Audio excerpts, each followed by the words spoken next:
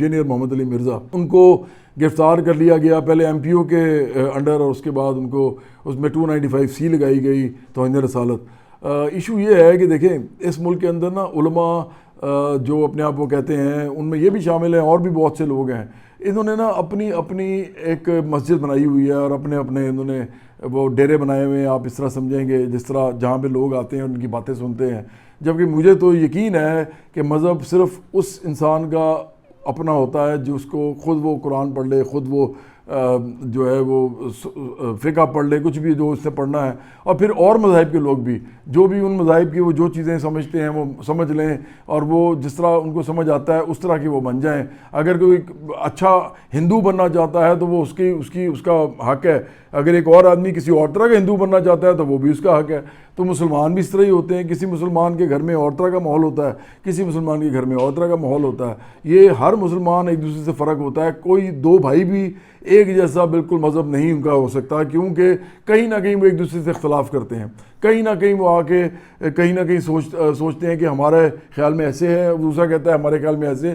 کیونکہ اگر آپ صرف قرآن کی تفسیریں پڑھیں اور آپ صرف اس کی جو لوگوں نے اس کے بارے میں لکھا ہے، وہ اتنے زیادہ سکولز آف تھاٹ ہیں کہ ایک سکول آف تھاٹ کچھ اور بات کر رہا ہوتا ہے، کوئی اور بات کر رہا ہوتا ہے، اور اس میں کوئی مسئلہ نہیں ہے، یہ ہونا چاہیے کیونکہ تنوع میں زندگی ہے نا، فرق میں زندگی ہے، خوبصورتی ہے اس کے اندر۔ ایشو یہاں پہ آگے بنتا ہے جب یہ لوگ اپنی دکانوں کو بچانے کے لیے ایک دوسرے پہ الزامات لگانا شروع کرتے ہیں۔ اور اب اگر ایک دفعہ ابھی محمد علی مرزا پہ یہ آیا ہے معاملہ، ابھی تو اس کی باری آئی ہے، تو آگے کسی اور کی باری آئے گی۔ کچھ عرصہ پہلے آپ کو یاد ہوگا طارق مسعود کے اوپر بھی ایک ہوا تھا، اور طارق مسعود کو بچا لیا گیا کیونکہ زیادہ تر علماء جو تھے وہ طارق مسعود کے ساتھ کھڑے ہوئے تھے، کیونکہ طارق مسعود ان کو کچھ نہیں کہتا تھا۔ تو ہوا کیا کہ آخر کار طارق مسعود نے بھی پتہ نہیں کیا بات عجیب و غریب سی کو کی تھی، جو کہ اس کا خیال جو تھا وہ اس کا اپنا خیال تھا، اس کا خدا کا معاملہ تھا، لیکن لوگوں نے اس کو بھی کہا کہ آپ پہ بھی یہ توہین لگے گی، لیکن وہ بچ گیا، اور سنیں باہر چلا گیا، پھر دوبارہ واپس آیا۔ لیکن یہ جو مرزا ہے چونکہ یہ کہتا ہے کہ جی سارے ہی غلط ہیں، صرف میں ٹھیک ہوں، وہ بھی غلط بات ہے۔ آپ کیوں اس طرح کی چیزیں کر رہے ہیں اس ملک کے اندر؟ کتنی کو آپ اس ملک کے اندر ایک دوسرے کے ساتھ مسائل پیدا کریں گے مذہب کے اوپر؟ اس ملک کا مسئلہ میں بار بار کہتا ہوں مذہب ہے ہی نہیں، اس ملک کا مسئلہ جو ہے وہ روٹی کپڑا مکان عزت روزگار تعلیم علاج تنخواہ عزت، اور پھر بجلی پانی ٹرانسپورٹ انصاف، اور یہ گیس، اور پھر یہ جو وسائل ہیں، اور اس کے بعد یہ جو انٹرنیٹ ہے اس کی سہولت، اس کا مسئلہ ہے۔ یہ سارے وہ مسئلے ہیں جو لوگوں کے حل ہونے ہیں اور نہیں ہو رہے، اور سب کو پتہ ہے کہ ایک آدمی مشکل سے اگر اس کے پاس 1,00,000 روپیہ بھی ہونا مہینے کا تو وہ اپنی زندگی صحیح طریقے سے نہیں گزار سکتا اس ملک کے اندر۔ تو وہ اس ملک میں جو ہے وہ 40,000 روپیہ اس وقت منیمم ویج ہے۔ ایشو تو یہ ہے سارے علماء کیوں نہیں اس پہ کھڑے ہوتے کہ جی یہ کرواؤ؟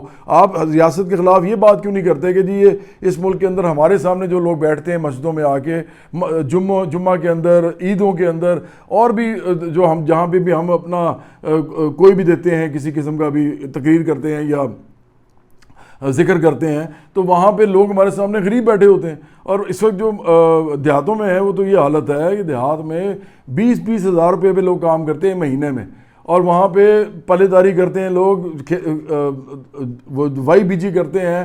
آپ کو پتہ ہے یہ کھیت مزدور اس وقت کروڑوں کی تعداد میں ہیں پاکستان کے اندر، کروڑوں کی تعداد میں، اور یہ سارے کھیت مزدور جو ہیں ان کے پاس کچھ نہیں ہے بیچاروں کے پاس۔ وہ جو ہے نا جن کے ہم کہتے ہیں کہ وہ 3 کروڑ بچہ اسکول نہیں جاتا، وہ انہی لوگوں کا نہیں جاتا، وہ 3 کروڑ بچہ اسکول ہی نہیں جاتا۔ تو آپ کے ملک میں یہ حال ہے، اور آپ کو صرف یہ ہے کہ جی مذہب کے اوپر ایک دوسرے سے لڑائی کری جا رہے ہیں، کتنے آپ گردنیں کاٹیں گے، کتنے لوگوں کو ماریں گے؟ تو یہ ایک ایسی رواج اور ایسی روش چل پڑی ہے کہ اس سے اب کسی کا بھی بچاؤ ممکن نہیں ہے۔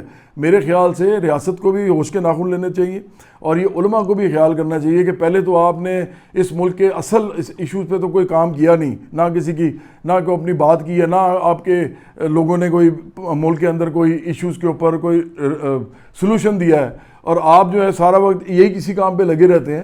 تو اس کو بند ہونا چاہیے، کیونکہ اگر یہ شروع ہو گیا نا تو مہاتما گاندھی نے کہا تھا نا ایک زمانے میں کہ an eye for an eye will make the world go blind، مطلب تمام لوگ اندھے ہو جائیں گے اگر an eye for an eye ہونا شروع ہو گیا، کیونکہ پھر تو اس طرح ہی ہوتا ہے۔ تو اسی طرح ہو یہ رہا ہے کہ ایک بندہ پہلے اس کے اوپر آپ لگاتے ہیں کوئی بھی دفعہ، اور توہین لگاتے ہیں، پھر وہ اس کو پکڑ لیتے ہیں، پھر وہ کسی اور کو، پھر کسی اور کو. تو یہ سارے علماء جو ہیں آخرکار تو ان کا کوئی نہ کوئی فرق تو ہے نا، تو کہیں نہ کہیں ایک دوسرے سے ڈفر کرتے ہیں، ایک دوسرے سے وہ اختلاف رکھتے ہیں.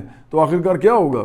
آخرکار یہ ہوگا کہ سارے کے ساروں پہ لگ جائے گی یہی توہین لگ جائے گی، پھر عام آدمیوں پہ لگنا شروع ہو جائے گی، عام عورتوں پہ لگنا شروع ہو جائے گی.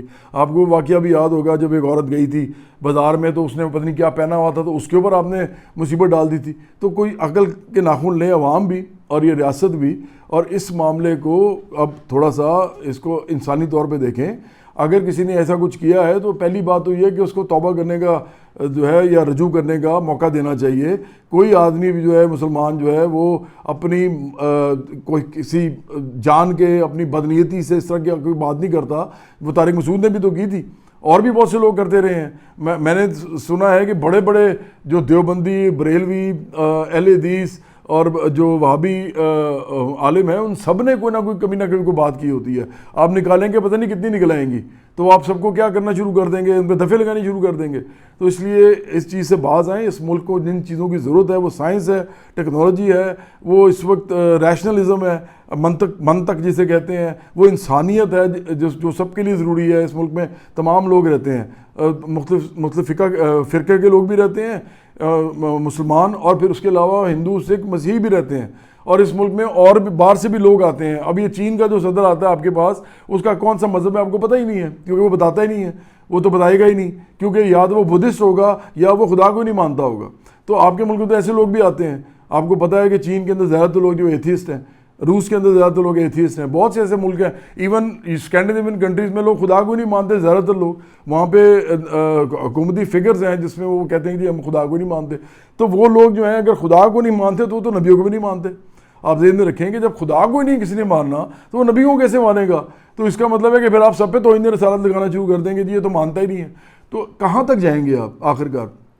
اس دنیا میں ایک دوسرے کے ساتھ مل جل کے رہنے، ایک دوسرے کے ساتھ ایک دوسرے کو معاف کرنے، درگزر کرنے کا ایک رویہ ہونا چاہیے، اور اسی کے اوپر انسانی معاشرہ بننا چاہیے. اگر آپ ایک دوسرے کو مارنا شروع کر دیں گے نا اس بات پہ کہ کسی نے یہ کہہ دیا اور اس کو کہیں گے کہ توبہ بھی نہیں کر سکتا، تو رجوع بھی نہیں کر سکتا، بس تیری یہی سزا ہے، تو پھر تو آپ وہی میں کہہ رہا ہوں نا کہ جس طرح وہ گاندھی نے کہا تھا کہ پھر تو اس دنیا میں کوئی بھی آدمی نہیں رہے گا، سب کو ہی مار دیں گے آخرکار آپ.